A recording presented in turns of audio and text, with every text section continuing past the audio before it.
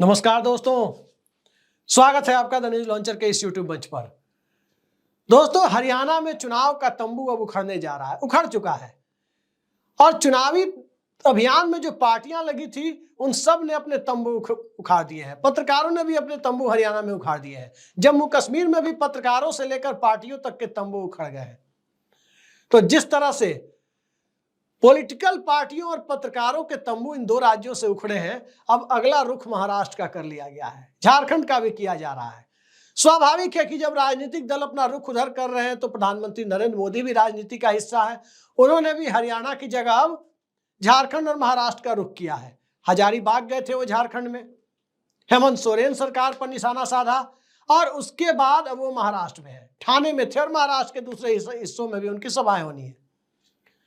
लेकिन महाराष्ट्र जाने के बाद किसी ने सोचा नहीं था कि मंच पर बिठाकर अपने ही लोगों को जलील करने का कोई मौका नरेंद्र मोदी नहीं छोड़ेंगे। किसी ने नहीं सोचा था कि नरेंद्र मोदी ये काम करेंगे। क्या आपने सोचा था? क्या मुख्यमंत्री एकनाथ शिंदे और उप मुख्यमंत्री अजीत पवार ने ऐसा सोचा था? दरअसल तमाम बातें प्रधानमंत्री ने कही, और प्रधानमंत्री जब कहते हैं तो लोग अक्सर सुनते हैं।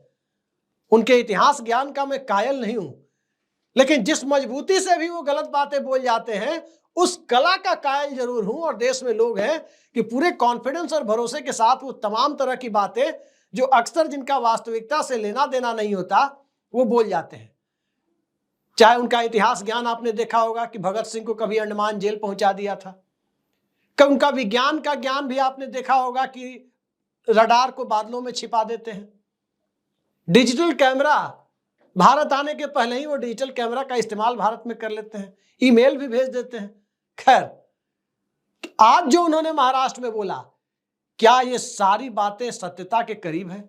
और यदि ये सत्य है तो क्या गुजर रही होगी उनके बगल में मंच पर बैठे हुए एकनाथ शिंदे और अजीत पवार की, सीएम और डिप्टी सीएम की। पार्टियां तोड़कर आए और पार्टियों का सिंबल भी अपने साथ अभी बाहैसियत रखे हुए इन दोनों पार्टियों के नेताओं की क्या स्थिति हो रही होगी। अजीत पवार तो आजकल एक सीटें जब से लोकसभा में उन्हें मिली है, क्या हालत है उनकी आप जान रहे हैं। वो बारामती से चुनाव लड़ेंगे भी या नहीं लड़ेंगे इस पर संशय है। एकनाथ शिंदे की पार्टी क्या करेगी, एकनाथ शिंदे की पार्टी को विधानसभा में कितना समर्थन मिलेगा, और भारतीय जनता पार्टी एनडीए के बैनर तले या महायुति के बैनर तले कितनी सीटें देगी इन दोनों पार्टियों को, यह सवाल अलग है। लेकिन जहां एक तरफ राहुल गांधी भी महाराष्ट्र में आज, कल नरेंद्र मोदी भी महाराष्ट्र में, और दोनों की सभाओं में अगर हम नरेंद्र मोदी की सभा पर ही आज फोकस करें तो दो चीजें जाहिर होती है। पहला कि महाराष्ट्र में भारतीय जनता पार्टी या उसकी महायुति या एनडीए जो भी कहें उसकी स्थिति बहुत अच्छी नहीं है।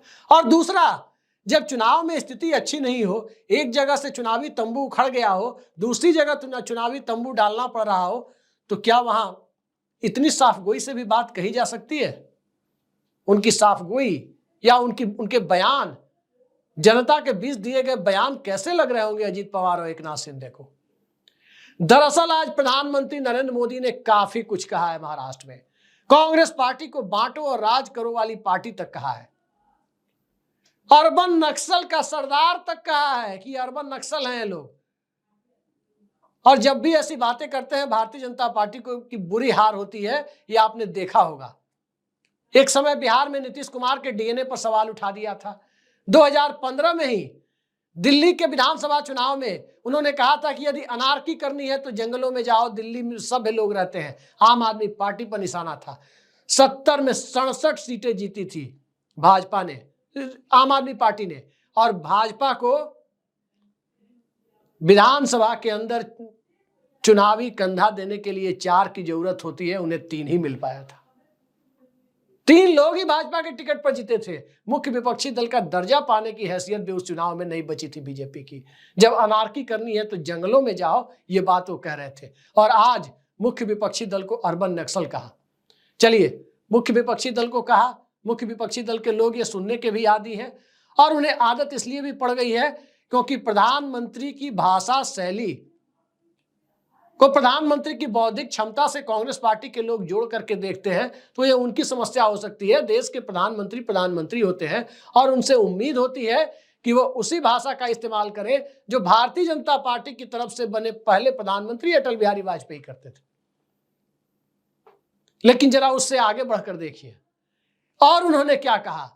दरअसल आज प्रधानमंत्री ने महाराष्ट्र में यह कह दिया कि 2.5 सालों के दरमियान महाविकास आघाड़ी की सरकार यानी उद्धव ठाकरे की सरकार ने कुछ नहीं किया, 2.5 साल बर्बाद कर दिए राज्य के।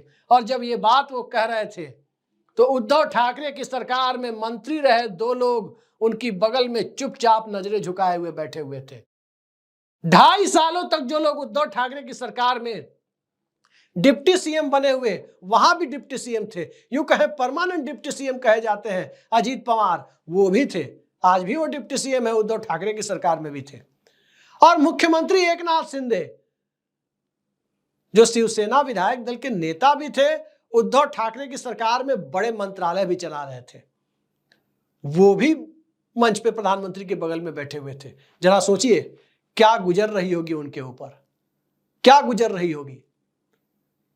अटल बिहारी वाजपेयी सरकार के एकमात्र मंत्री हैं जो मोदी कैबिनेट में भी है, राजनाथ सिंह। और किसी दिन कल्पना कीजिए कि मोदी जी एक कह दे कि अटल जी की सरकार ने कुछ काम नहीं किया। वैसे कहते हैं 70 साल में कुछ नहीं हुआ, क्या हुआ उसमें 70 साल में अटल बिहारी वाजपेयी की भी सरकार आती है, क्या गुजरती होगी राजनाथ सिंह के दिलों पर, क्योंकि वो तो अटल बिहारी वाजपेयी की सरकार में कृषि और भूतल परिवहन मंत्रालय संभाल चुके हैं। क्या उन्होंने भी कुछ नहीं किया? उस सरकार ने भी कुछ नहीं किया?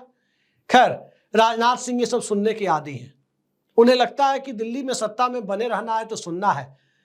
लेकिन एकनाथ शिंदे कौन भारतीय जनता पार्टी के हैं? अजीत पवार कौन सी भारतीय जनता पार्टी के हिस्सा है? वो मंच पर बैठकर खुद को जलील क्यों करवा रहे थे? आप सोच नहीं सकते कि जिस सरकार का आम हिस्सा जो 2 मंत्री और कुछ दूसरे मंत्री भी जो उस सरकार में थे वो मंच पर मौजूद हैं, और उस सरकार को जिसमें एकनाथ शिंदे बड़ी भूमिका में थे, अजीत पवार बड़ी भूमिका में थे, और उन्हें कोसा जा रहा था।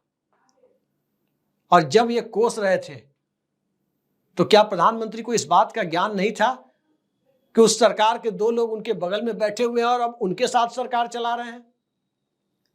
दरअसल लोकतंत्र लोकलाज से चलता है, और ऐसा नहीं है कि लोकलाज एक तरफ से खत्म हो रहा है। प्रधानमंत्री ने भाषा और मर्यादा के स्तर पर लोकलाज का ख्याल नहीं रखा तो मंच पर ये सारी चीजें सुनते हुए निश्चित तौर पर अजीत पवार ने भी सर झुकाकर और एकनाथ शिंदे ने भी सर झुकाकर इन चीजों को आत्मसात किया। मगर सवाल इससे भी बड़ा है कि जो बात प्रधानमंत्री नरेंद्र मोदी ने कही, क्या उस बात को एकनाथ शिंदे और अजीत पवार बोलेंगे कि कुछ नहीं हुआ?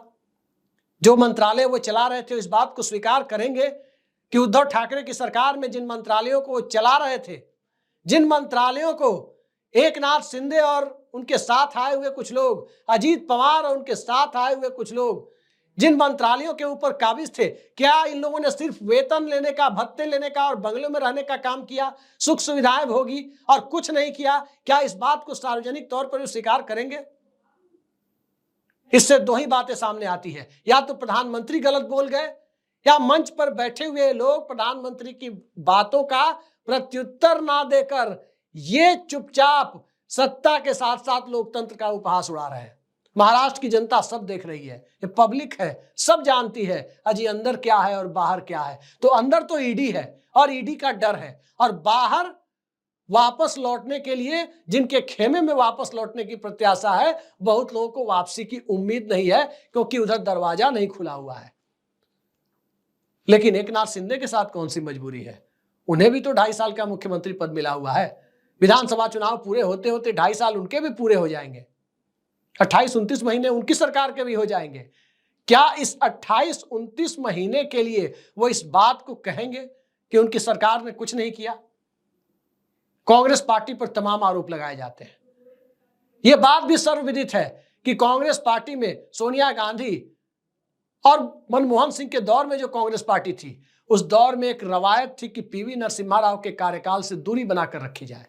लेकिन क्या कभी मनमोहन सिंह इस बात को कहते या कहने का साहस किया कि नरसिम्हा राव सरकार, जिसमें मनमोहन सिंह के नाम तमाम उपलब्धियां हैं, वो सोनिया गांधी को खुश करने के लिए क्या कभी ये कह सकते थे कि नरसिम्हा राव सरकार ने कुछ नहीं किया? क्या कमलनाथ इस बात को कह सकते थे जो खुद नरसिम्हा राव सरकार में थे?